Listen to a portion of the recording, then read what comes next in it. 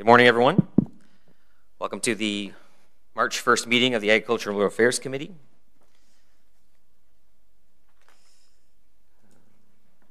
So declarations of interest? None? Confirmation of minutes of our meeting of February 1st, 2018. Carried. So let's have two statements I have to make regarding the two items. One, the planning item, and then one, the municipal drain. So it's a public meeting to consider the proposed comprehensive official plan and zoning bylaw amendment listed as item 1 on today's agenda. For the item mentioned above, only those who make oral submissions today or written submissions before the amendments are adopted may appeal the matter to the Ontario Municipal Board, Local Planning Appeal Tribunal. In addition, the applicant may appeal the matter to the Ontario Municipal Board or Local Planning Appeal Tribunal if Council does not adopt an amendment within 120 days of receipt of the application for zoning and 180 days for an official plan amendment. A comment sheet is available at the door for anyone wishing to make submission to submit written comments on that amendment. And again, that's item number 1, which was the Richmond file. So on the engineer's report aspect, this meeting is being held pursuant to Section 42 of the Drainage Act, and is only for the purpose of considering the engineer's report and associated bylaw and to receive any written submissions with respect to the technical aspect of the construction of the drainage works. Consideration of appeals to assessments by landowners will be heard by the Court of Revision at another time yet to be determined. All assessed landowners will be provided with written notice of the time and place of the convening of the Court of Revision and will be provided with an opportunity to file an appeal of their assessment by submitting it in writing to the clerk. Anyone wishing to submit written comments on the technical merits of the engineer's report only are encouraged to do so by providing the details to the committee assistant.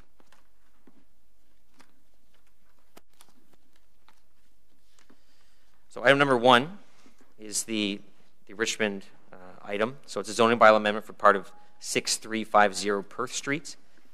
And this is just a minor change to align the lot fabric with the zoning, with the various zoning boundaries within that residential subdivision at 6350 Perth Street. So the Agricultural Rural Affairs Committee recommend Council approve an amendment to zoning bylaw 2008-250 for part of 6350 Perth Street to fix the zone boundaries to match the boundaries of the blocks and lots within Phase 1 of the residential subdivision as detailed in Document 2. And that Agricultural Rural Affairs Committee approved the consultation details section of this report. We do have one speaker, Jamie Posen, but he is on behalf of the applicant, so I understand that you'd be okay if we just carry this today. You don't have to speak. All right, thank you. So on that item, carried. And the only other item on the agenda is the engineer's report for Cranberry Creek Municipal Drain, modifications, improvements, and maintenance. So we have a number of speakers on that, but we also are going to start with a presentation from the drainage engineer that was appointed by the city back in September of 2014, Andy Robinson, and he's here with our manager of drainage services, Dave Ryan.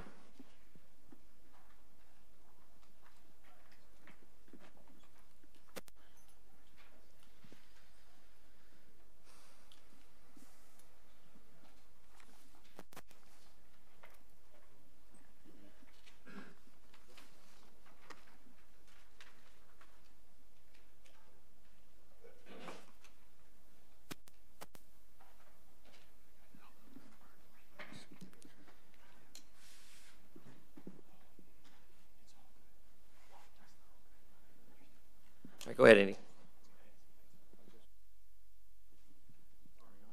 Oh, it's on. Sorry. Yeah, I'm right behind it, so you can see the red light. Sorry. Thank you, Mr. Chair. Yes, this is the meeting to consider the Cranberry Creek Municipal Drain. This plan shows the location plan of the drainage area. We have another plan later on, which I'll address a little more detail on the overall actual drainage area plan. So we were appointed by the City of Ottawa on September 10th, 2014 to prepare a report for improvements of the Cranberry Creek Municipal Drain, Dike, and Pump Station under Section 78 of the Drainage Act. The on-site meeting, which is a requirement under the Drainage Act, was held on January 29, 2015 at the North Gore Community Center.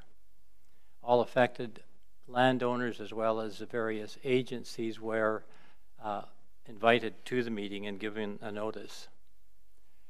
The primary concerns expressed at that meeting were the property owners who wanted reinstatement of the pump station and dike system to prevent backwater and flooding related to the Rita River. Again, property owners who wanted to ensure there was a sufficient sizing of the pump. Property owners had concerns about costs, and property owners and agencies had expressed some concern about impact on wetlands and natural systems. Now, the Cranberry Creek Municipal Drain has existed since 1895 under a report by Henry Wood. Subsequently, it was improved in 1953. And again, I guess the more significant improvements were made in a report by Graham Berman and Associates in 1969.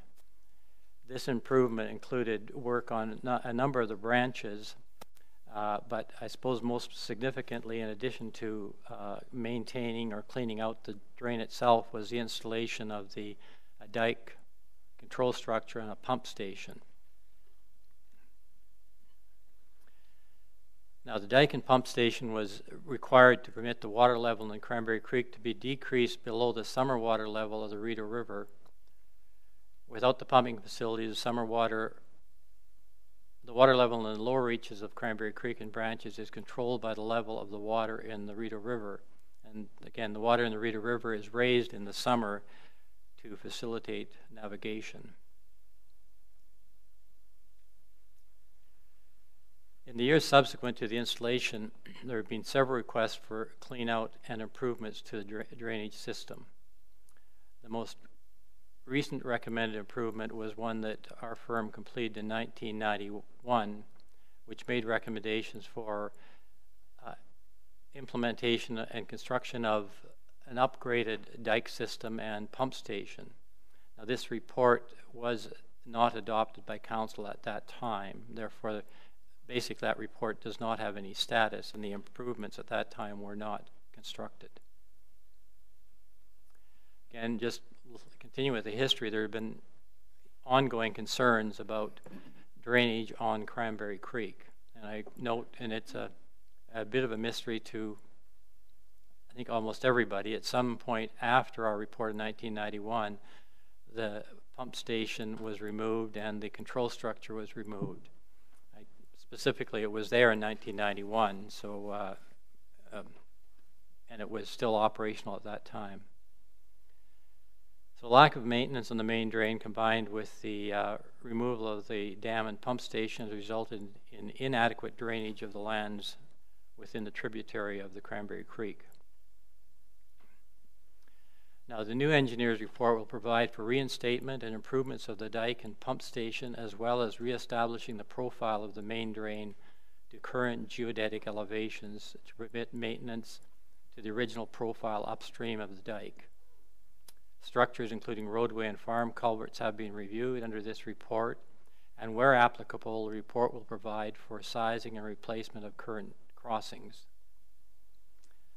Plans and profiles are provided in the report, and again reference to geodetic benchmark today. Originally, these were all done on assumed elevations, which makes it a little more challenging to do maintenance in the future. So once the report is approved and the pump and dike system has been constructed, then regular maintenance can be undertaken on the main drain under the direction of the drainage superintendent. I'll just talk a bit about approval process. There was, through preliminary consultation with various environmental agencies, it was determined that the mandate given to Robinson Consultants for the required dike and pump station reconstruction and drain maintenance would require significant review and approval by the environmental agencies. And these include the Rita Valley Conservation Authority, Department of Fisheries and Oceans, and Ministry of Natural Resources. As a result, we commissioned Kilgore and Associates to complete an environmental review, and the report is included as an appendix to our report. It's entitled The Cranberry Creek Municipal Drain Pump and Dike System Reinstatement Ecological Site Assessment. And this has been circulated to the various agencies. Now, the proposed works will provide the following: reinstatement and improvement of the dike and pump station, reestablishing the profile of the main drain upstream of the dike, replacement where necessary of structures. And once the engineer report is completed and approved and the pump station, the pump and dike system have been constructed, then maintenance can be undertaken on the drain. Right now, the municipality cannot get in there because of the amount of water, and to some extent, until the new profile is confirmed, they'd be working a little bit in the dark anyway. Now, this is the drainage basin. Basically, it comes from Harnett Road in the west down to the Second Line Road right-of-way in the east, and south of Lockheed Road and south of Payden Road, north and south. This plan shows the actual Cranberry Creek drain itself. The first one was the drainage basin. So the drain starts just upstream of the Fourth Line Road and continues down across Highway 416, Third Line Road, to the location of the pump station, which is kind of midway between the Third Line Road right-of-way and the Second Line Road right-of-way. And the pump station is shown in, location pump station is shown in green on this plan. These next two drawings basically just are in here to demonstrate the amount of material that has accumulated over time within the drain, and it varies, as you can even see on this profile here, from very little to up to about 1.5 meters deep. So this is the material that can be taken out once the pump station is in place and the maintenance is undertaken. And this just shows a couple of crossings that will be, there are existing crossings there now and will be replaced. Now, maintenance assessment, and I won't go through the details of this, we'll deal with this a little more at the quarter revision, but basically there's a benefit assessment which generally goes to people who are immediately adjacent to the drain and therefore get the greatest benefit out of the drain. And there is an outlet assessment which basically applies to all lands within the drainage basin, because ultimately this is the outlet for that water. Now, the proposed pump station and dike, we've looked at this with input from various landowners as well as hydrologic models, and have determined that we should be looking at a pump with about a 2.5 cubic meter per second capacity. And again, there's restrictions because of the elevation of the channel and surrounding area upstream, but we're looking at a low summer water level of 84.7 meters and an operating level, so the pump has to have a change in elevation in order to go on and off, so it doesn't cycle too frequently. So the operation level is about 300 millimeters. And the downstream summer water level in the Rita River is 85.5. Now, just of note, the surrounding elevation between the Rita River drainage base area and the Cranberry Creek drainage basin is about elevation 86, so it is a fairly flat area. So again, there's an independent structure for the pump station and a discharge on the downstream side of the dike.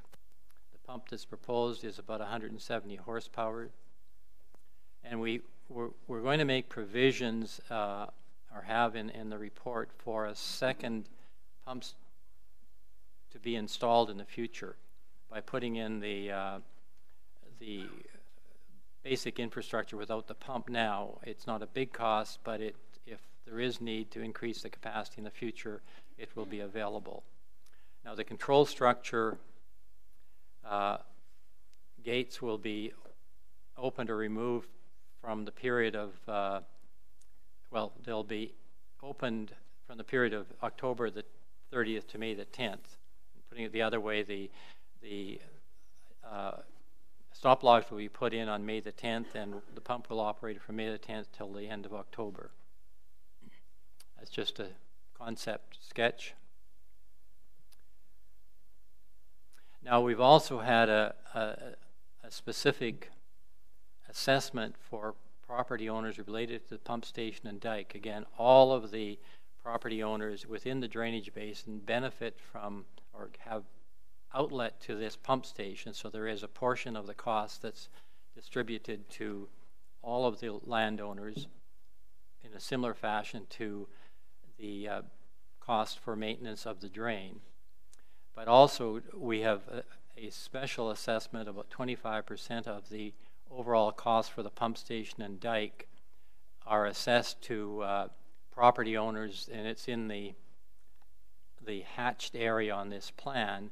It basically will benefit either directly by the main drain or the branch drains that come into this drain, or the lowering of the water table within the root zone of adjacent properties. Now, approvals, just again without going through the details, we've had many discussions with Fisheries and Oceans Canada and have a letter of advice, which again is included in the report. And after a fair amount of discussion back and forth, we got approval for the pump and dike to be in operation from May the 10th through to the 31st of October each year. Outside of this period, the stop logs are removed and the pump is not operated. Ministry of Natural Resources, again, through SARS and through Lakes and Rivers Improvement Act, we have had it reviewed and agreed upon. And the last review was done in October of this year with the Rio Valley Conservation Authority. Now, the cost estimate, the preliminary cost estimate for all of the works, including the pump station, dike, and maintenance of the drain, engineering, administration, etc., is $1,593,000. And this is broken down into, I guess, three parts here: the pump station and dike system, the drain maintenance, construction, and engineering, ecological assessment, and other costs. Of the cost estimate, the City of Ottawa, again, everybody gets assessed, including the City of Ottawa for roads departments and the MTO for highway. So the City of Ottawa roads and lands will be assessed about 9% of the cost, MTO about 11%, and about 80% goes back to the individual property owners. And just the schedules in the report, we are not discussing individuals, but just there's a Schedule B is for maintenance of what we call Section 1 of the drain, Schedule C is for Section 2, Schedule D for Section 3, and Schedule E is for the pump station and dike system, and these are all summarized in Schedule A in the report. And in the future, the cost for maintenance would be distributed in the same proportion, of course, at a much lower rate. Grant eligibility under the Ontario Ministry of Agriculture and Food and Rural Affairs outlines the policies and procedures with regard to the 1/3 grant. And basically it has to be agricultural land and needs to have a farm tax class designation.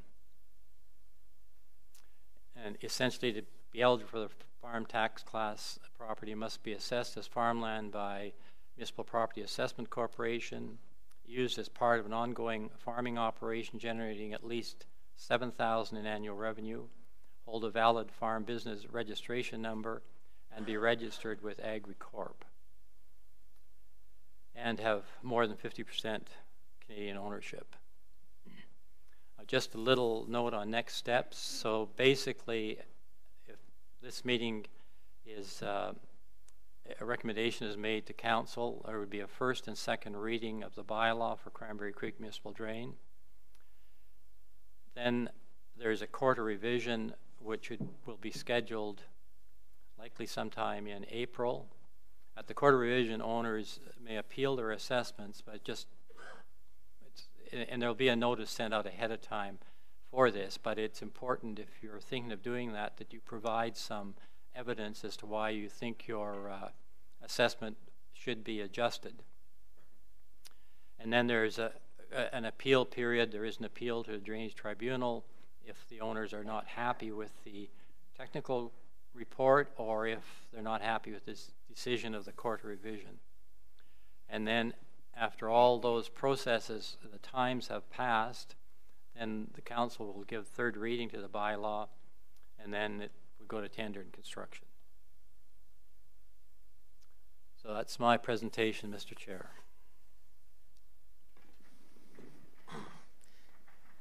Thank you very much. I think we'll just, I think we'll go straight to delegations before we do any questions, because obviously that's, I think the delegations are going to form possibly some of the questions that we might ask. So we'll go straight to that first. So our first speaker is Mr. Kevin Colwell.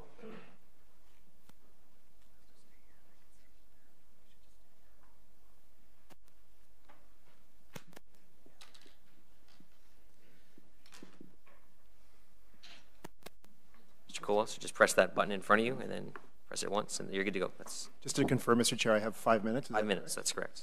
Okay, and do I have to pose a question or can I just enter a statement? You can just go. Your statement to the committee. Okay, thank you. So, Mr. Chairman and committee members, I want to thank you for giving me the opportunity to speak to the committee today about the Cranberry Creek Drainage Report. I have a few opening remarks and one issue with the report I'd like to raise. I've been a resident of the City of Ottawa since 1980, with the exception of a 5-year residency between 95 and 2000 in what's now North Grenville. For the past 8 years, my family and I have lived on a 4.5-acre lot on Payton Road in rural southwest Ottawa. Clearly, there's been significant issues with the drainage of the creek for a number of years, and initially I was pleased to see that the city was finally taking action to repair the drain and improve flooding problems, especially for those of us on Payton Road that date back many years. Unfortunately, I've recently been informed that the local flooding in my area will not really be impacted by the improvements to the drain. To put it bluntly, we're just too far away. I did provide a written submission to the committee on a wide range of issues, and don't have the time to go into them today, but I would hope that the committee would read those. I would like to point out, if I had more time, I discuss what I consider a criminal act, the removal of the pump station or the dismantling of the pump station by person or persons that occurred sometime in the last 27 years. As a regulator with the Federal Law Enforcement Agency, I'm immersed every day in legislation and regulations and engage regularly with national and international clients. I know what I'm talking about when I say that when it comes to the Drainage Act, the city has a long way to go when it comes to providing helpful information to landowners in a timely manner. In fact, many of us on Payton Road received no engineer's report. We had to chase down the report from the city, and I do appreciate the Chair, Scott Moffat's assistance in providing that information to us. My written submission includes a number of recommendations, like I said. One of them is how the city can improve its communication to landowners regarding the Drainage Act, our obligations, etc. The one item I do want to raise today is the expansion of the catchment area or drainage basin, whatever the technical term is. The report identifies the creek's drainage basin, which for all effective purposes establishes the outer boundary for properties that are liable to pay for the drainage work included in the report. It's interesting to note that the creek's catchment area identified in 2 previously published reports, the RVCA's Cranberry Creek Catchment, Lower Rideau River Subwater Shed Report of 2012, and City Stream Watch 2013 Cranberry Creek Summary Report, was much smaller than a drainage basin identified in the current report. In fact, my property and many properties on Payton Road were not included in the drainage basin in those previous reports. I was unable to determine, based on the information in the 2017 report, the rationale for expanding the drainage basin, other than the fact, of course, that it increases the number of taxpayers and landowners who have to contribute to the work on the drainage basin. One of my neighbors recently asked the authors of the 2017 report why the drainage basin had been expanded to include properties that were not included in the previous reports. They were told that there was a new technology available, something called LIDAR, that enabled more accurate measurement of elevation. I think a reasonable person would expect that if the drainage basin was expanded due to the use of a new methodology or technology beyond the area previously identified, this would warrant at least a passing mention in the report. Apparently not. I assume that there was an evidence-based rationale for expanding the drainage area beyond the fact that, as I said, by doing so, you're just dragging more landowners in to pay for this work. The other reality, as I said, is that based on the information I've recently received, is that none of the work that's going to be done to improve the drainage of Cranberry Creek is going to have any direct impact of those on Payden Road.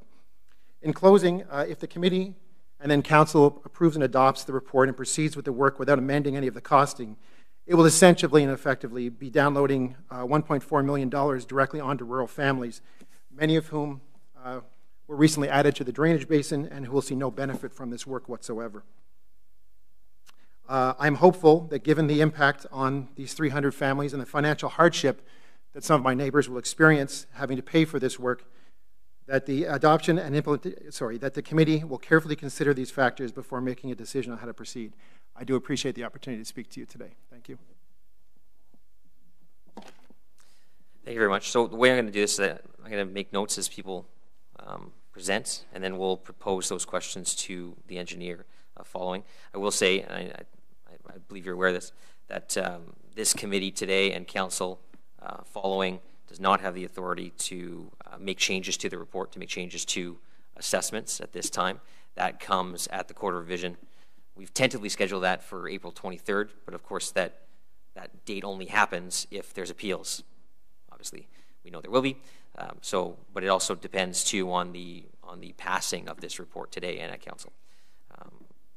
So thank you for your time. Thank you. Our next speaker is Mr. Jim Johnston.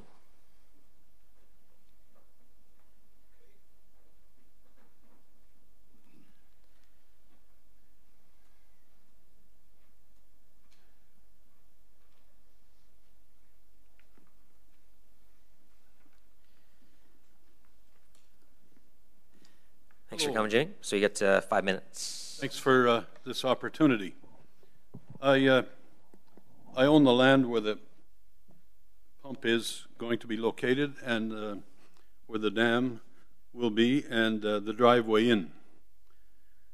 And I've lived through the whole history of Cranberry Creek. And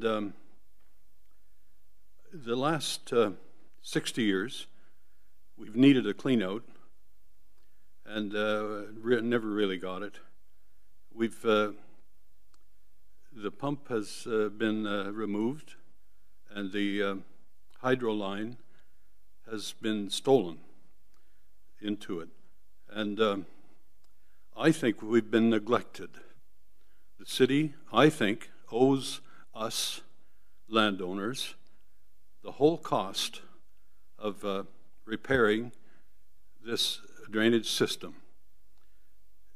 The province has done a share, and I think the city should do a share too. We've put up with very poor drainage for 20, 30, 40, 50, 60 years, and we're being assessed quite a bit. I have 300 acres approximately, and I'm assessed $35,000. But anyway, that's for another time. But if the council will approve of paying for this drain, I would be very happy, and I think everyone else would be. I don't think there would be a court of revision needed or anything else.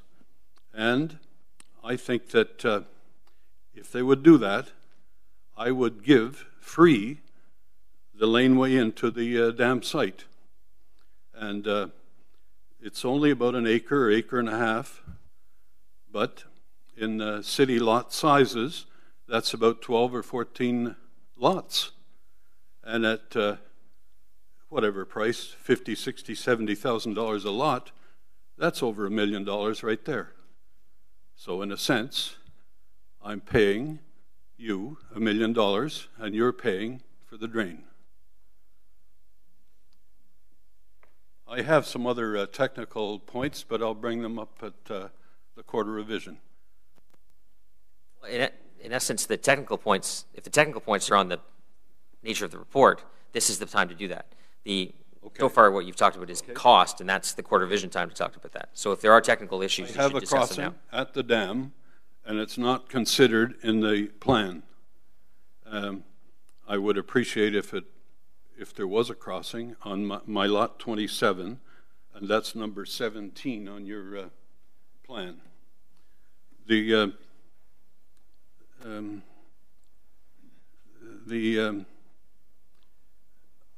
technical part, I have a property which is 15 on the plan, which is lot 26.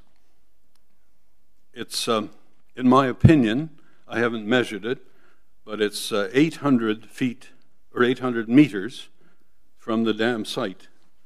And that is further away than the first circle. I think the first circle is 200 meters. So according to the instruction or the information, that property would be a lower correction factor than has been applied to it. That's property number 15. All right, so he's not going to respond at this moment. So you okay. Carry on. Well, maybe I'm speaking too fast. No. It's what's going to the process here would be that you just I do favor the plan, if anybody cares, and I am really impressed by this project. We need it. We've needed it for years. You just don't want to pay for it. Well, I'm watching this man. All right. So on those technical things on lot 15 and its proximity and the cost, I know Robinson can look into that. Yeah. If there are situations like that, Mr. Colwa mentioned the expansion of the drainage area and that some people are impacted by that in terms of it being brought in. Maybe I'm sorry, I can't hear you. Sorry, I was saying that when Mr. Colwa was speaking before you, he was talking about potential expansion of the drainage area. The engineer, Mr. Robinson, Lauren Franklin's here as well. They can go out and investigate that. They can do further work on that. Yes. If it comes to a situation, if it comes to a situation where something was missed, something needs to be corrected, the engineer will bring a recommendation to the Court of Revision to remove that area or to change that assessment. Well, I guess I've confused with technical, and That's fair. Since technical does eventually mean cost, I guess I'm finished then. Thank you very much. Thank you.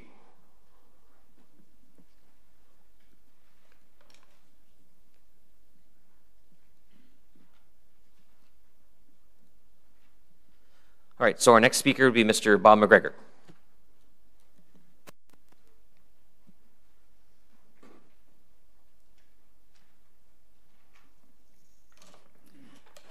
Thank you, Chair. Thanks, Bob. Appreciate the opportunity. I did receive the report and did read through it. I'm not an engineer, so I tried to fathom a lot of the technical aspects about it. But my points aren't really with the technical aspects, but about some of the contents of the report. First, in terms of a process point, I was at the March meeting in 2015, and I was at a subsequent meeting that wasn't mentioned in the report where we went over the same material again, subsequent to March or January 2015. I forget what the exact date was. But at no point in those meetings were we informed that Council had already approved a full engineering study to the tune of over $300,000 to be done. We were left with the impression that these were just kind of preliminary information meetings that were kind of building to try to respond to an issue. But from this report, it says in March 2014, approval was made to do a full engineering study. I'm not sure why we weren't told that at those meetings. We left those meetings with the impression that these were just kind of preliminary information sessions. So that's a sign of process. I think that's a serious. We should have been told that a full engineering study was actually being undertaken. Second, the report contains kind of a brief history. I would like the report to explain why previous councils decided to abandon the original investment. Obviously, councils, and this was Rideau Council, but City of Ottawa, on amalgamation, assumed all responsibility, basically determined that they were going to abandon the original structure. What happened to it is irrelevant because the municipality determined to not maintain it, therefore to abandon it. Why? There must have been a logic and a reason. I suspect because the municipal council determined that it really wasn't worth the cost of maintaining it in terms of the benefits to be derived. But there was a rationale, a reason. That should be explained in the report as to why it was originally determined to be abandoned. Because engineering reports were done, they were told if you don't maintain it, you don't reinvest, it's not going to work. It was falling, it was deteriorating. So obviously the council of the day determined that that was the appropriate course of action. So, okay, now why has that changed? What has changed to say that we now need a new reinvestment given that a previous council decided to abandon the original investment that the original landowners in that area, and some of them are still here, made? Good question. There is no information in the study in terms of how this investment will actually benefit us. Lots of stuff on costs, but nothing on benefit. I looked at my own situation, and to derive a benefit from this new work, I would have to see a 30% increase in my yields annually. That's not possible. And even in last year, when we had severe flooding, my yields weren't impacted. So I don't see what the benefit of this is going to be for various landowners. Maybe some would, some wouldn't. The other one I'd like to know is when they talk about getting rid of surface water, standing water that's left after a significant rainfall, how much would this actually decrease the time it takes to get rid of that water for various properties? If it's talking about over a 7 days standing water, that this new pump will reduce the standing water by 12 hours, what's the significant difference of that? They don't mention that in the report. To how much, they talk about what it would take to get rid of in the drain and like that, but I want to know for the various properties, and I'm sure there are models exist that say, okay, given all the flows of potential water and everything else, that the standing water can be diminished. If the standing water, and we have a foot of standing water in some fields, the strain will, because of the elevation and everything, will now be diminished by 1 day, 2 days, 3 days from what it would have been previous. Why isn't that covered in the report to tell us what the benefit will be? So I think those are my main points. I think the study shouldn't be accepted in part because, yes, it does a wonderful job of the engineering. It looks at some of the ecological stuff, but it doesn't address any of the economic realities of which the landowners face.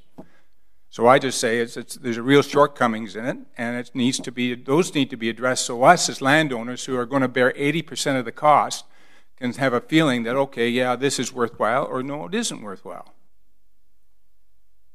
Thank you. All right. Thank you, Mr. McGregor. So just on some of the background prior to September 2014, where the city did appoint the drainage engineer to begin the process of developing this report. I know it goes right back to, and whether this is all in there, I'm not, June of 2013, there was a meeting held at the Rideau Valley Conservation Authority. It was hosted by the MP in our area. It involved Parks Canada, and landowners came out to express their concerns with the flooding that year. Of course, 2013 was a very wet year. We had a rough May and June, and the water stayed on those lands for quite some time. From that meeting, of course, nothing from Parks Canada or RVCA came out of that meeting, but the city was kind of left with this drain, the status of this drain, the fact that it wasn't operating to the 1969 report. It hadn't been operating with a pump and dike for many years. So we were left to investigate that. Myself, I was there, Dave Ryan was there, Mark Gagne was there. From that point, we began preliminary investigations into this, what could be done. Could we even get to a point where groups like the RVCA, like the Department of Fisheries and Oceans, would even allow us to do anything with it? I mean, if we can't do anything, then you have to abandon the drain, because if you can't bring it back to the situation where you have a pump and dike, then there's no point to have this drain as it stands because it's not operating as it should have been. So once it was discovered that we would likely get to a point where we could get approval from DFO and RVCA and all the other groups, like MNR is also involved in that in some way. MNR, correct? No? Yeah. There was a decision made to move forward with the report. The frustrating thing about Section 78 of the Drainage Act is that it requires nobody to really ask for work. The city itself can make a decision unto itself to appoint an engineer and create the report and start that process. You know, I would argue that's something that should probably have been done back in the 1990s. It wasn't. So we're left to what we have today. Section 78, and I'll just read it because I know that you're not the only one to comment on the establishment of this. So Section 78.1, if a drainage works has been constructed under a bylaw passed under this act, or any predecessor of this act, so of course the Cranberry Creek had been, and the council of the municipality that is responsible for maintaining and repairing the drainage works considers it appropriate to undertake one or more of the project listed in subsection 1.1 for the better use, maintenance, or repair of the drainage works or of lands or roads, the municipality may undertake and complete the project in accordance with the report of an engineer appointed by it and without the petition required by Section 4. So that's a situation where even just a couple landowners could come to us and say they want something, and we would have to go through that process. If we don't, then I think it would bear reason that the city should abandon the drain. So that's really where it came. There was a decision by the most impacted landowners to move forward with this. And then every subsequent meeting from September of 2014 was through the Drainage Act process, aside from maybe just a couple points where we had landowners were asking for updates as to where we were at in the process. And of course, a lot of times we were waiting for where the other agencies were reviewing it. So I think January of 2015 was the meeting to consider, and that was held in North Gore, and I know a number of residents showed up to that. And at that point there, it was made known. I mean, if it wasn't already known in September of 2014, by January 2015, it was made known to those in attendance that the engineer had been appointed to do the report. So I was at the meeting, Scott, and it never made an impression on me because the consultant was there. Yeah. He kind of reviewed what was done in the previous report from 1990. He said, well, because it was just kind of a very quick review, that they were just kind of updating based on that his 1990 or 91 or 92 report. But nobody mentioned that the council had approved over $300,000 to do a full study, and this was part of it. Nobody mentioned that a full study, and the engineer didn't even say that he was going to start to engage in a full engineering study of the drain at that time. So it's a part of a process. Yes, you can say it was. I'm just saying they should have told us at that meeting that this consultant has been hired by the city and will be undertaking a full engineering study of the drainage area, and this meeting is part of that process. Please provide input. Nobody mentioned that already the study was already been funded and was already underway. It's just part of the process. It should have been told at that time. At least I left the impression that this was just kind of being left because it was just kind of a little information session. Fair. So it's part of the process. I think communication and clarity is important. But the other parts of my study still stand. I mean, as far as an engineering study goes, elements that are in there are fine, but there are missing elements. Okay. Okay. All right. Thank you. So our next speaker is Mr. Owen Severn.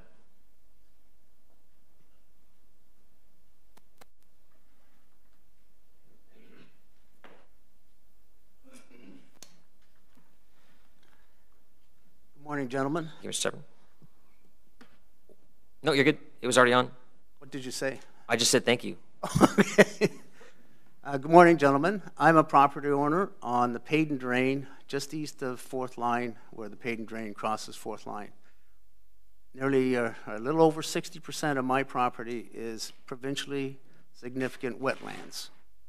I've been told that the proposal would drain those lands and I would no longer have wetlands there. Now, I've had them since I moved there in 1988, and I don't use the land. It's just there, and you know how important wetlands are to people. So with the draining of those lands, we lose those wetlands. And I get absolutely no benefit from it because I don't use the land. The soil on the land is not acceptable for agriculture. So one of the previous gentlemen mentioned that we don't know what benefits are to accrue. In this case, I lose something. I don't think that's appropriate. The study, I have 4 or 5 pages of questions and concerns that I submitted to the city. I don't know if all of you gentlemen got it, but there are a lot of things that I think have to be answered before we go forward. And I haven't got answers to those questions.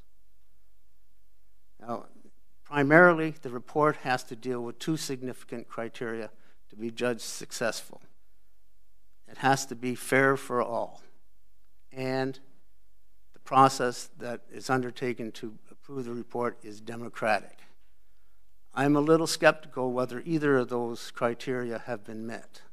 And I leave judgment to that, final judgment to that, until I see the answers to the questions that I submitted.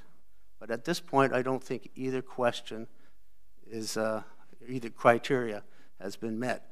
The one on is the process democratic? A couple of the previous speakers spoke on that particularly. And I would second that because a lot of these meetings I wasn't invited to. I was a property owner at the time of 1990, for example. I did not get that report. If I had seen that report, I would remember it, I'm sure. The other meetings in regard to the current report, I didn't get. And I certainly didn't get over those 4 or 5 years that the report has been developed. I didn't get a summary from the city saying that, look out, guys, you're going to be charged a hell of a lot of money. $1,600,000. I never thought drains could be that expensive. I have in my possession 2 maintenance projects on the paid and drain that I paid, and I had no problem with that, like $400. 2 of them over 30 years. I was really surprised at a cost of $1.6 million. I mean, that is a lot of money, and I wasn't aware of it. It wasn't in any printed material sent to me. There was no summary of what was going on and what was to come. In the current situation, we're not told what the future costs of the pumping station will be, which will be added to me each year, billed to me each year. And the cost of clearing out the paid and drain, which drains into Cranberry Creek Drain, that will be added to my bill. All of these costs, they're not mentioned. I'm on the hook for over $11,000 for my property just for the pump house and Cranberry Creek maintenance. Just the first part of it. Any future costs, I don't know what they are. Now, that's what I say. I'm being charged, assessed, and I know the assessment issues are coming up in the Court of Revision, but this is the unfairness of it. Is it fair to all that I pay $11,000 plus and receive no economic benefit? I think one of the other speakers was interested in knowing what the economic benefits would be as well. But normally, you look, this is the cost of the project. Here's the added accrued benefits. Is one bigger than the other? We don't know. All we have is the costs. And in my case, there are no benefits. I suspect that's the case for other people as well. Without going into all of the questions that I mentioned in my 5-page report. So, can you send it? Because you had not sent that to me. You should have got it. I gave it to Aaron. I don't have any questions. I've got a lot of questions from your neighbors, but I don't have any questions I've never gotten anything from you. So if you can email that to me, that would help. I believe you get it to. She said that she would distribute it. Some of the questions, technical question and assessment questions, get mixed up, so it was difficult to split them up. Fair enough, but she was going to take care and send it to the people that she thought would be responsible for replying. So I thought you'd get one. Oh, fair enough. But as your counselor, you can just flip it to me anytime you want, right? I'll leave you this one. Sure, that's great, because it helps, because we can, there's some answers I might already have, but then also I can work with staff to make sure that you get the answers you're looking for. I can't guarantee you're going to like every answer, but we can make sure that we answer the questions, so at least you're comfortable that we've, We can do it. attempt. We can do it orally or written. It doesn't matter, but there are concerns. Did anyone else get a copy? Did you get one, Mr. Robinson? Yeah. Mr. Ryan, did you get a copy? Monday. All right. Question from Mr. Blake.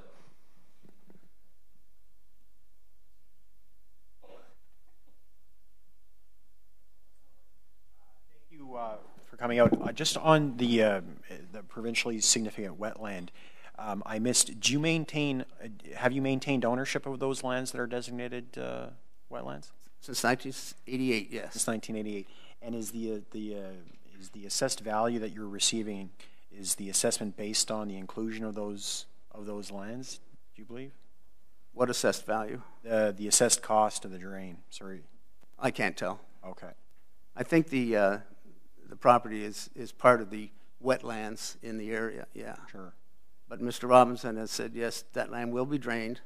Sure. But we don't know whether it'll be 100% drained or 90% drained or whatever. Sure. I could lose my subsidy with the Conservation and Land Tax Incentive Program. Yeah. Now that's just icing on the cake for me. I was happy to have that land just the way it was and not use it. It was just, Sure. I don't use it. I can't get to it because it's wet. Anyway, I've been tried to get from MNR at what point I would lose that subsidy, and they haven't got back to me yet on exactly how that works. It's a little bit off topic, and far be it for me to I don't know you, I don't know your land too much. I know out my way, some folks have actually taken lands they can't use and donated them to various conservation groups, getting a tax benefit for the donation, and then it would relieve you of any costs that might be levied towards you for the benefit from these lands. Just something you may want to talk to your accountant about in better sense. Whoever had those lands wouldn't have access to them, because my residential property is at the front on 4th Line, and the back is at 416. A group like Ducks Unlimited or something like that might actually give you a charitable receipt for the donation of the lands. It's off topic. It was just something that has been explored out my way. All right, thank you. Just a quick question on the PSW portion. So those lands, do you know the height of that land? I've asked Mr. Robinson, but I haven't got an answer. You don't know the height yourself, though? Okay. Because I know that the intent here is the water level would go to 84.7. The Rito right now is at 85.5. 33 inches below the river level in the summer. But the pump was operational when you purchased the land, and it was PSW then, correct? In 88, yes, I guess it would be. Pump was I operational. don't know exactly when the pump disappeared. Well, it was in 1991-ish. Well, it I was was 10, so all I know is I was at Cars in the Rito Public School. I was at Cars. I was in Cars when it maybe happened, but I don't know exactly. I can't prove it because I was just busy. I was busy playing on the schoolyard, so I cannot guarantee what took place over at Second Line Road. But no, so it would be yeah. So just a point that perhaps the fear that you have will not be realized since the pump was operational when your land was previously PSW. Of course, it all depends on the height. It was only a 10 horsepower pump at that time. Oh, for sure. Yeah, no, I don't disagree. It's 16 times that in the proposal, so I think that will have a significant effect on water levels. Yeah. All right. So thank you for this. So yeah, so hand me that that you have here, or just email it to me. Either way. Thank you, gentlemen. Thank you. Our next speaker is Mr. David Harper.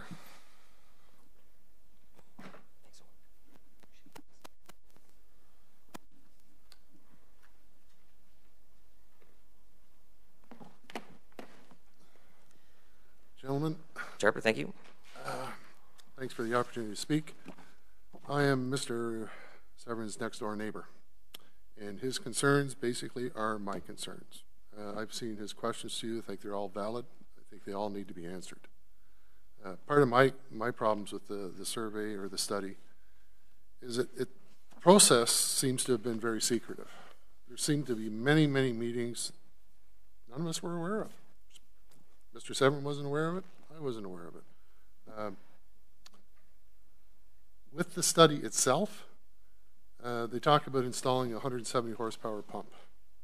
In the meeting in December, I asked, what does the pump cost? How much is it going to cost to operate this pump? We all know that hydro's gone down. So, we're going to reap the benefits for, what, 2 or 3 years, and then it's going to shoot through the roof. What's the cost of running this pump? How many hours is the pump going to run? What's the longevity of the pump? There's a second pump that's coming, possibly. There's room that's been made for it. What's the cost of that pump? There's a lot of things that just seem to be missing. And once again, I'm on the Payden drain. Once this drain gets cleaned out, and the people that are farther up Payden, are we going to be hit with another cost to clean out the Payden drain? So if we're going to do a study, I would urge you not to go forward with this study until it's all been done and all been taken care of, because I think we're only getting part of the story. And I have big concerns about that, and especially, like I say, I'd like to see Mr. Severn's questions answered. And that's basically all I have to say. I'd like you to hold off on it until we get some more answers. All right, thank you for that. I know that I know one of the big concerns, it's come up multiple times, is the whole democratic nature. The reason why I read the Section 78 is because you can tell it's not democratic. I've only been a councillor for 7 years, but I've dealt with a few municipal drains. Dave Adams, Dowdle, to a lesser extent Upper Flowing Creek because it was canceled before my time. But all of them do have the relationship similar in that they're not democratic. I get how frustrating that can be. For me, easy decision for me would be if they are democratic. There's 300 people in the watershed. Or, if 20 people want it, 280 people don't want it, and I just vote against it. But that's not the way the Drainage Act was created. Okay, but if you check with the MAFRA website, which talks about the Drainage Act, it goes into all that and says that it is a democratic thing. And it is supposed to be fair. So, do we talk with the left hand or do we talk with the right hand? Or do we talk with the hand that suits us at the time? I can only speak to the Drainage Act that says, I know that there's a preamble that says that. That's why I wanted to look up that Section 78 specifically. I've got a copy of it. I'm more than glad to give it to you. Yeah, so I have it on my iPad now. But yeah, I get the frustration. I can't, the only thing I can do is hopefully when we go through the court revision process, make some sense of it for. And I'm like Mr. Severn, it's $11,000 and I see no improvement to my land. Yeah. It's not going to put any more dollars into my pocket, but it's taken a hell of a pile out of it. Yeah. All right, thank you. Thank you. I will just say, because I didn't say it before, the way this would go, if this is approved now, if the construction occurs in 1920, the assessments won't likely go out until 2022. Anyone assessed, everyone in this room might already know this, anyone assessed over $1,000 can put that out over 10 years' time. So you're in essence, what you'd be faced with is looking at paying from 2022 to 2030 to 2031 or so is what you'd be looking at. I just wanted to make sure people are. That would be interest-free, I take it? I don't believe so. Well, let's find out if it's interest-free. Because otherwise you're just compounding the problem. No, it's not. It's not. No, it's not. Thank you. Thank you. The way the city pays for it first, so the city pays for all the works, and then the assessments come back in and backfill the city's portion that they've already paid. So our next speaker is Jonathan Werlin.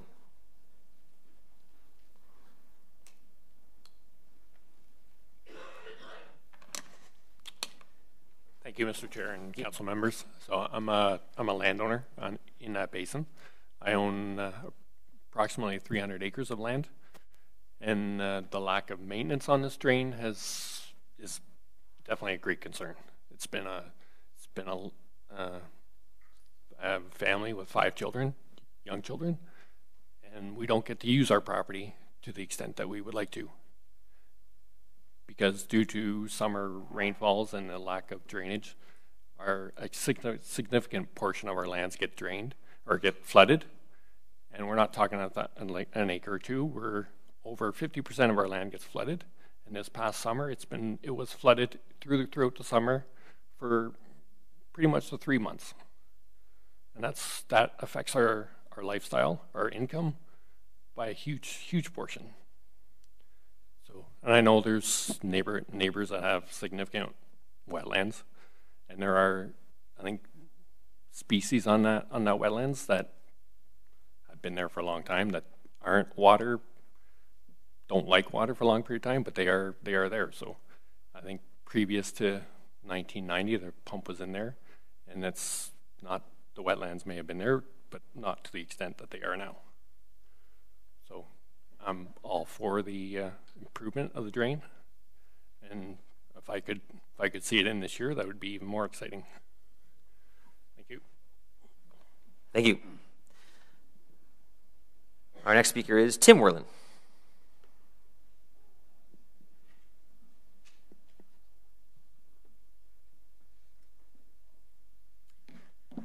Thank you for the opportunity to speak, Mr. Chairman, committee. I have to commend the engineers for a great report. I was quite impressed with the detail and so forth. I'm also a farmer, a landowner. I make my living growing crops and trying to feed my family. And it'd be great if you can get this dam installed and get things going this summer, but I think that would be totally amazing, but probably not possible. The sooner you get it in, the better. I lose probably more money every year than any of these homeowners would probably pay in their assessment values. So, and I'm happy to pay what my share is going to be for the drain, and it's big. So, but I can farm efficiently. I can keep the nutrients and fertilizer and pesticides where they ought to be, is on the land, not in the water. So I think there's huge environmental benefits. Looking at wetlands is only one thing, but wetlands are not going to feed the population of the world. Agriculture is. I think people have to remember that farmers feed cities, and we grow your food. So if you want your food to stay cheap, we got to be able to drain our land so we can produce crops efficiently. Thank you very much. Thanks, Tim. So our next speaker is Doug McKay.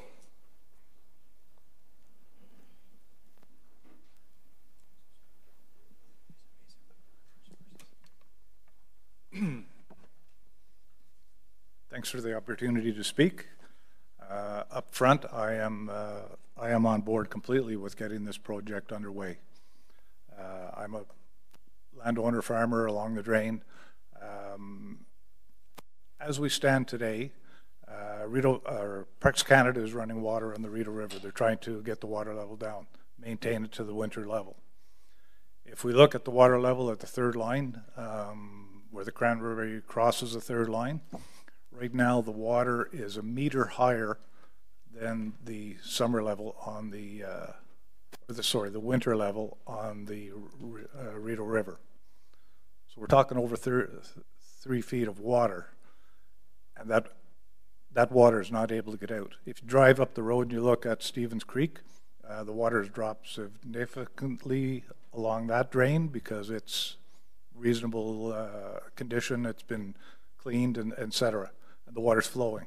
But the water's not flowing out of our area as we stand today. My hayfield is filled half with water right now. Speaking only to last year, I lost more than half of my hay crop because the water is not able to get away. And we definitely need to go ahead with this. Now, I'm going to maybe say an analogy. Everybody here puts their garbage out to the end of the laneway, and magically a truck comes and it disappears. Well, that's not the end of our responsibility with our garbage. We pay for that garbage to be removed with our tax dollars. So in this case, anybody that has water that magically leaves their land and gets into this drainage system called the Cranberry, they're responsible to pay. And proportionately, everybody should. And right now, that system is badly broken, and it needs to be repaired. If we want to really talk numbers, everybody here that's got farmland could talk numbers, and I'm talking numbers of losses. I don't want to pay my amount, but I'm going to pay it. I want to pay it because I don't want to be faced year after year with losses, because losses are no good for anybody. You know, I'm not in this business to farm water, and I'm not in this business to farm insurance, crop insurance policies. I want to farm my land. And if other people's water is coming down the system and sitting on my property, that's not good. It's got to get off there. So there is, with the neglect of, over the years, it not being cleaned, it needs to be cleaned out. And because it's been left for so long, it's migrated out, and it's so wide now that no equipment can get in there to clean it without putting this pump and dike in place, which is going to stop the backflow from the river and allow us to get down to a workable level, which I believe what was in place years ago, and I believe that Parks Canada over the years, because they're not unable to dredge the Rideau River anymore, they've raised the level of the river, which has had a direct impact on this this drain in this area. So, yeah, we got to go ahead, get this underway. Thanks, Doug. And our final speaker that's registered is Mel Foster.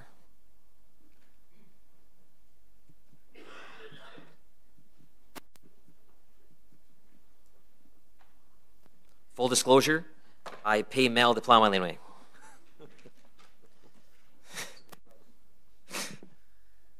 All right, good morning, and thank you for allowing me to speak. My name's Mel Foster, and with my family, we farm in the North Gore area, and part of our land drains into the Cranberry Creek. The benefits have been outlined. In the recent past, I'll use the term mismanagement on the Rideau River, and not moving the water in a timely manner. The water backs up into the creek, into the ditches, and then into our tiles, and floods the land, and the land can't drain.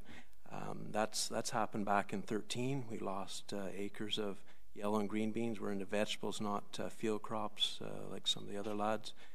So we grow many different vegetables, and it flooded out acres of yellow and green beans.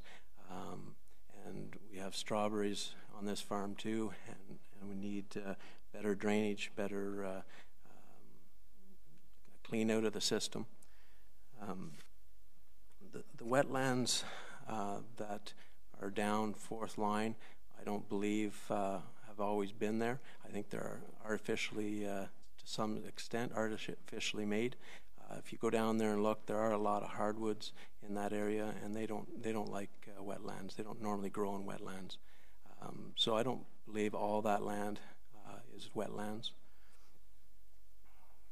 So something to follow up with Doug. I agree. You can't just put your water out in the ditch and you're done with it. It's not that simple. You can't flood your neighbors downstream. And that's just common sense.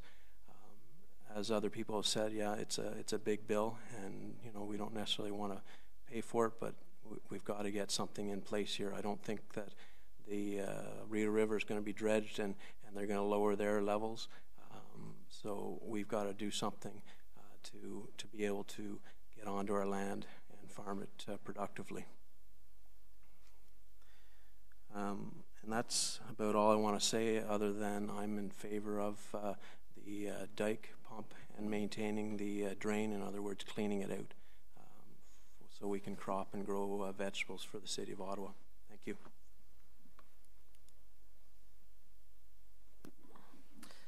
Thank you. So I do have a number of things I wanted to, so that's it for the speakers. Are there any questions from members of the committee? Okay, so let's go through some of the comments that were made here. Let's see, I think some of the things we'll have to get back to. I know in most of these cases, I think we have the contact information for the folks that were bringing forward concern, especially certainly with Mr. Severn. I think there's a lot of stuff that needs to be kind of gone through in order to respond to. This doesn't go to council until March 28th. So this is almost the entire month that we can have time to get back to and go through that, so we can have those answers before this gets approved by council. So just one of the first comments was talking about areas farther removed from Cranberry Creek. Of course, there's 6 or 7 branches that feed into the Cranberry Creek. It was the notion that that improvements on the creek itself might not actually create improvements further out. So on Payden Road area, what's your take on? What's the report speak to that in terms of what can residents further out in the outlying areas of the drainage basin expect to see following this work? Well, right now, the obviously the pump station in place to lower the water level, but the maintenance of Cranberry Creek drain, which if you recall that profile, there's some areas in there that there's 1 meter to 1.5 meters of material that has built up. So as a result of that, all of the side drains, including the Payden drain, is controlled as well. So that I know there was some maintenance done on the Payden drain within the last 4 years. Yeah. But I expect it could only be maintained to the present level of obstructions in Cranberry Creek. So I can't sit here today and say that all of those concerns will be taken care of, but what can happen is then the other drains, whether it's the Payden drain, McFadden drain, Shepherd's Branch, can all be maintained and definitely will improve situations over what it is now, because the outlet will be more adequate to accept a greater amount of drainage. So in essence, the work that was done on the Payden drain 4 years ago, if this work is carried out on Cranberry Creek, you might actually see improvements in that area, because maybe the work that was done on Payden isn't actually providing enough outlet because there's really nowhere for it to go, because of the way it just sits there. Right. So to a comment that was later as well, with all those drains, with that full area, with the time it takes to drain, I know that when we have large rainfalls, especially in the subject in the area requiring drainage, as you would call it in the original engineer's report, that area takes quite a long time to drain. And you go up Lockheed Road, there was ditches there on the old, through the old Beggs land that used to be right down to the bottom. Now it's almost always full. With this work, do we have an estimation on the length of time it would take for this land, for the water to start moving? Obviously, the size of the pump is a key factor in that. I can't answer that fully, but in looking at the sizing of the pump, what we've looked at is to try to get a pump, and it's a little hard to predict because you don't know exactly how all of this can work, so that in the instance of the kind of frequent summer rainfall events, that the pump would be running all the time, but would have the capability of lowering that water back down below the area that would be causing problems for crops within 36 to 40 hours. Now that would be as a result of a fairly significant rainfall event. And just to be clear, the pumps aren't going to be operating in the winter, so the winter situation is going to be very different. So the intent is to get that water level down, or keep it down in those normal, frequent summer events, which is really what causes the big problem for crops once they get growing. Of course, because the situation in 2013, the major concern there was that the lands had been planted, and then we had the rain event, I think it was May 26th, 2013, that caused a lot of the flooding, and then a lot of the crops washed out. So while it won't impact as much the spring runoff, the spring freshet, it'll definitely, the intent, of course, of the drain is to help with keep the crops dry after they've been planted. So I think on some other concerns, I think there's more work that needs. I think specifically yourself, Mr. Franklin, likely some direct discussion with property owners, Mr. Johnston. I think some of the landowners. I know there's a specific property owner on Payden near Mr. Colwell that has a concern about where their water goes. That's going to require a site visit. should anything come of that, I think you'll end up coming to court revision with a determination on that. Yes, we have been contacted by Mr. Johnston, and we have confirmed to him that his property 15, which now has a benefit assessment, shouldn't have, because there is another property between it. So we just said, but the property owners must make a submission to the Court of Revision, and they must give reasons why they think their assessments aren't there. I mean, in the meantime, if on some of the property owners who think, well, the one on Peyton Road in particular I'm thinking of can contact Lauren, and Lauren will go out and have another look at it, because I think the question there is the Rideau Valley Conservation Authority mapping isn't exactly the way ours are.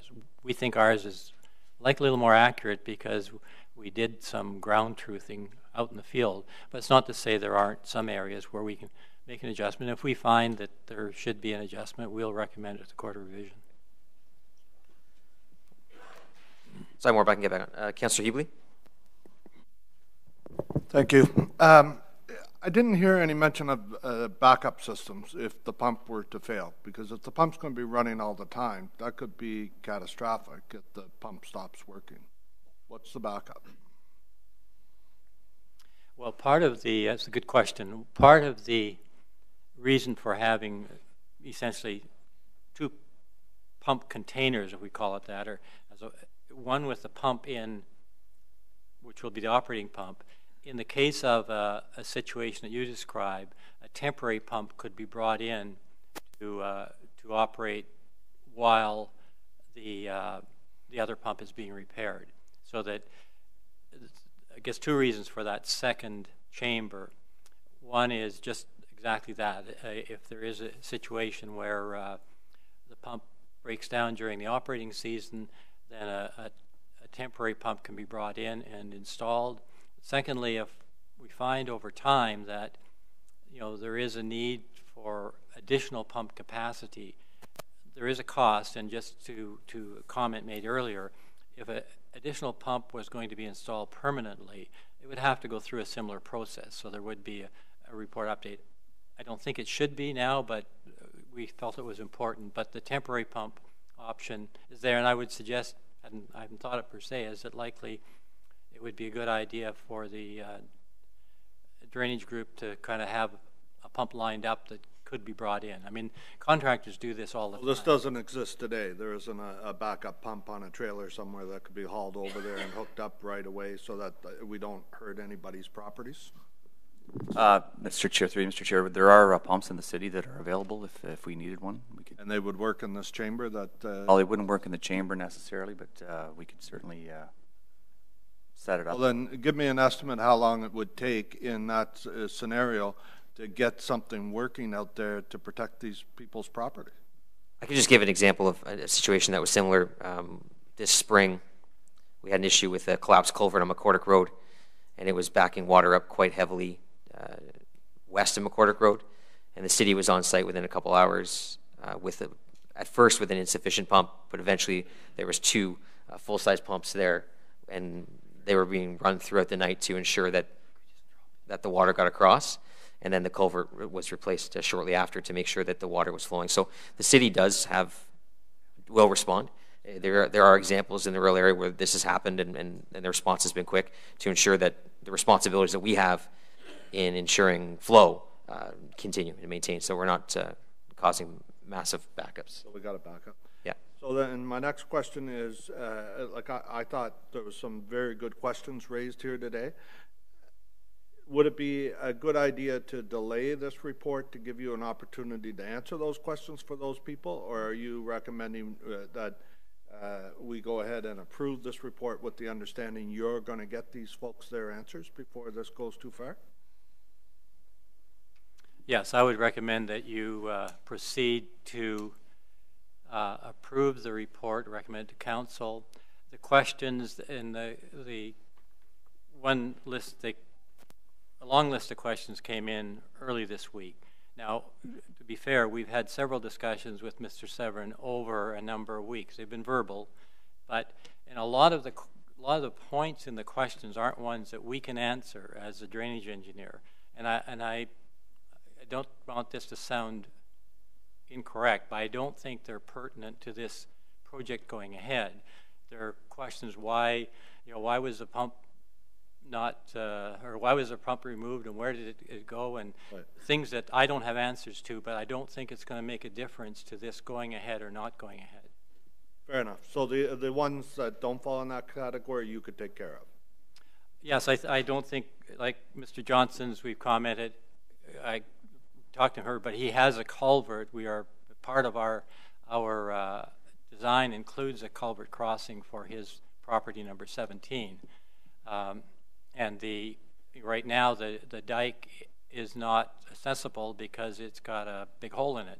But when we're finished, the dike will be reinstated, and one of the things we're going to look at is there need for access across that to the south side of it. So. Okay, thank you. Thank you very much. Thanks, Councillor Healy. Councillor El-Shanziri.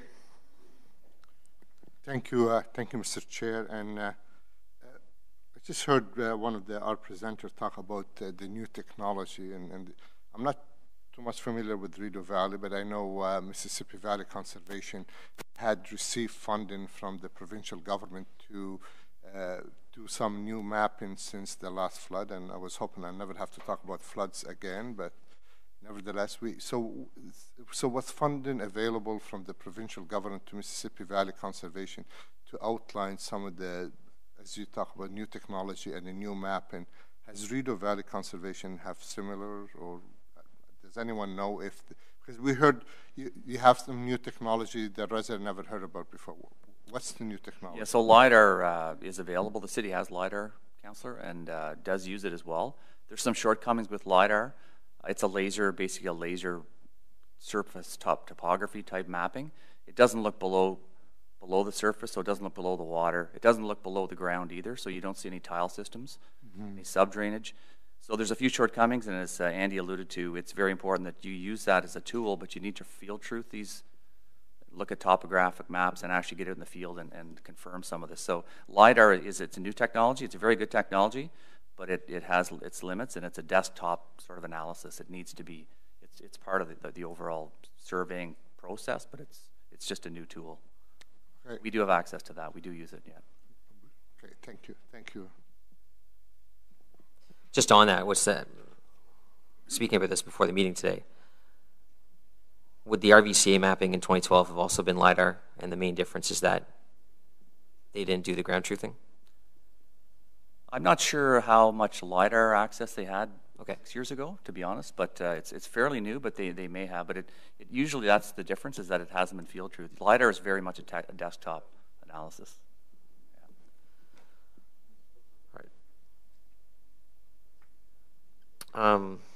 Just one, I think many of the comments, many of the points are likely things that are going to be have to get brought up at the quarter revision. They come down to cost. They come down to distribution of assessments. Certainly the matter of negligence on behalf of the township and then eventually the city. Just as a responsibility to maintain drains, should we have forced this issue earlier on? We obviously have the right to under Section 78. We didn't. I think that's something that needs to bear consideration, but that's not for this committee to decide at this point. But on one aspect, Mr. McGregor brought up the benefit to landowners as being, there's a clear benefit to certain landowners. There's no question. We talked about water. Obviously, the notion that all the water in this watershed flows to here, you bear some responsibility. It's the same with the same concept given to the stormwater fee. But is it just an unfortunate reality that some landowners are going to have large assessments and not see the same benefit as others? Probably not the greatest question to answer. Well, what we do, and we've developed this over a number of years, to be as objective as possible in doing the assessments. So the main things we take into account are land use. For instance, agricultural land, we use a factor of 1. Wetlands, we use a factor of 0.5, or half of farmland. Roads, 4, or sometimes more. So the principle there is that the harder the surface, the more runoff you'll have. So that's one of the things. Then we look at the distance from the drain, and we draw a series of lines emanating out, 200, 600, 1,000.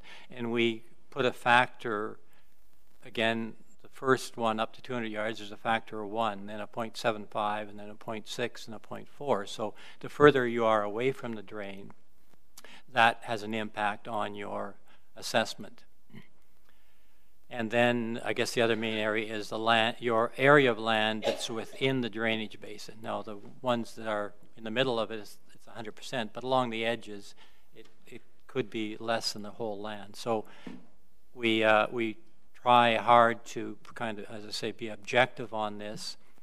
It's impossible to kind of predict whether Mr. Severin's land will completely drain or will not completely drain, or any other particular one. But what it's doing is, again, trying to look at it as fair as possible and to provide the drainage that is required for those who really require it. I think a comment was made about the Drainage Act being democratic. I guess it depends where you come from on that, but I think part of the idea of the Drainage Act initially developed is that it would enable landowners who have, majority of the land, or the majority of the landowners, there's a couple of options, can petition. Now in this case, this drains already exists, and it has coexisted with wetlands since 1895, so it's not new in that regard. Now in this case, it's not a petition, but the principle, again, is to provide drainage for areas that otherwise wouldn't be able to get drainage. All right, thanks. Any more questions from the committee? Yeah, so going back, I think, look at the history on this, and there's more steps to go from this. We fully expect that we'll be back as Court of Revision. I fully expect that this will also go to the Drainage Tribunal.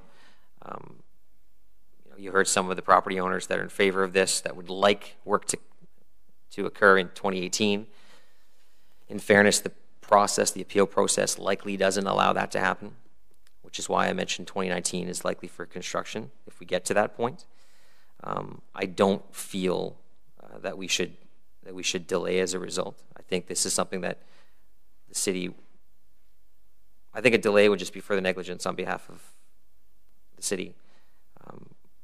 This is something that should have been done years ago. It wasn't in 1991. From what I understand, it was a cost issue back then. Obviously can't speak to what occurred back then or why the decision was made. I think it was a bit of a bargain compared to what we're looking at today. But such is life. Things changed dramatically in the municipal drain process back in 2006, 2007 in terms of costing, in terms of environmental investigations, which led to increased costs. We've seen that on numerous drains since that time.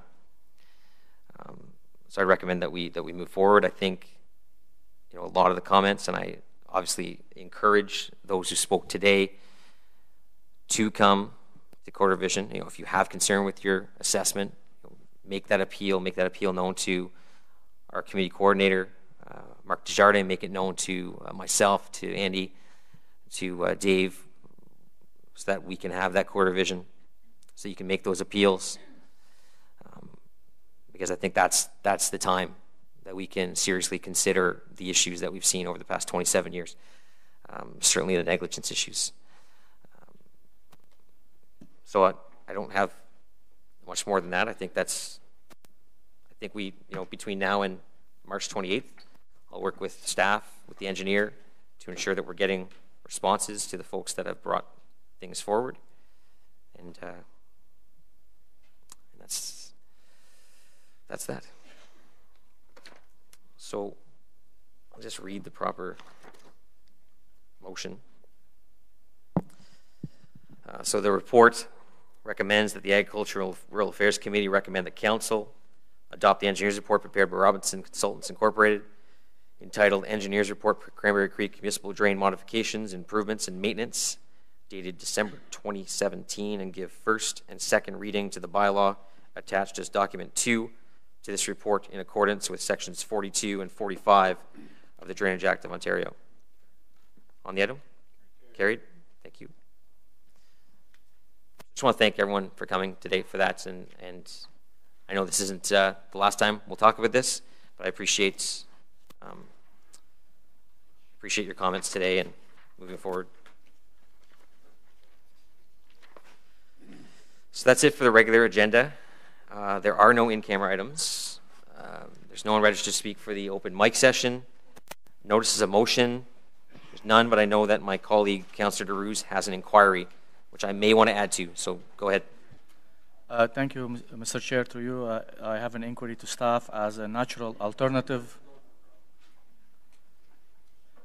As a natural alternative to snow fences, the city reimburses farmers to leave several rows of corn to act as a natural snow fence along roadways. The reimbursement was reduced from 2.5 times the market value for corn. So if I could ask, sorry, so we're not done here.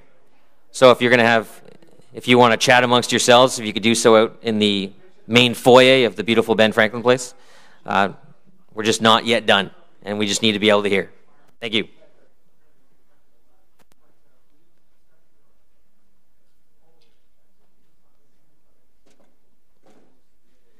Kevin. Kevin. Outside. I need you to go outside. Thanks.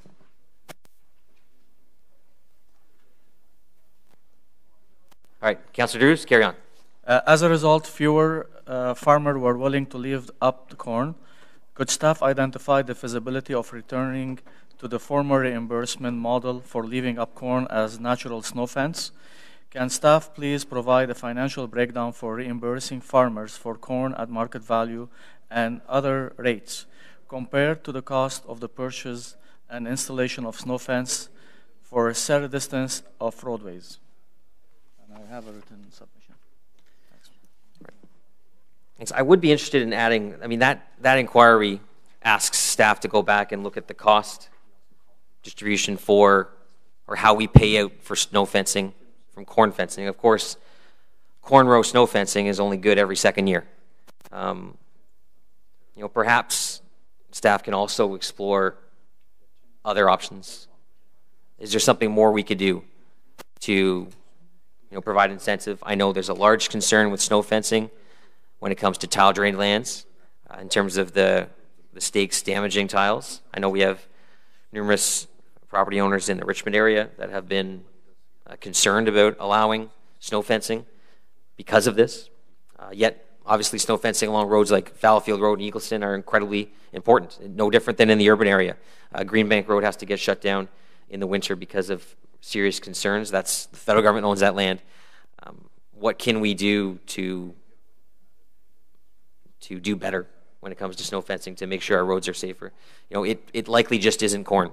That's, again, crops are cycled. It's corn one year, it's soybeans the next. Soybeans don't block much snow. So we need to be able to do more on that, I think. So just to add to that inquiry, just about alternative options, if they could also be explored and get back to us, maybe it can become an agenda item in the future. All right, thank you. Any other business? Seeing none. On adjournments? Carried. Our next meeting is Thursday, April 5th, 2018. Please do not schedule anything that day. We are going to be dealing with the April 5th, 2018. We're going to be dealing with the site alteration bylaw. We're going to be dealing with an application, development application in Richmond, and we're also going to be dealing with a landfill. Thanks.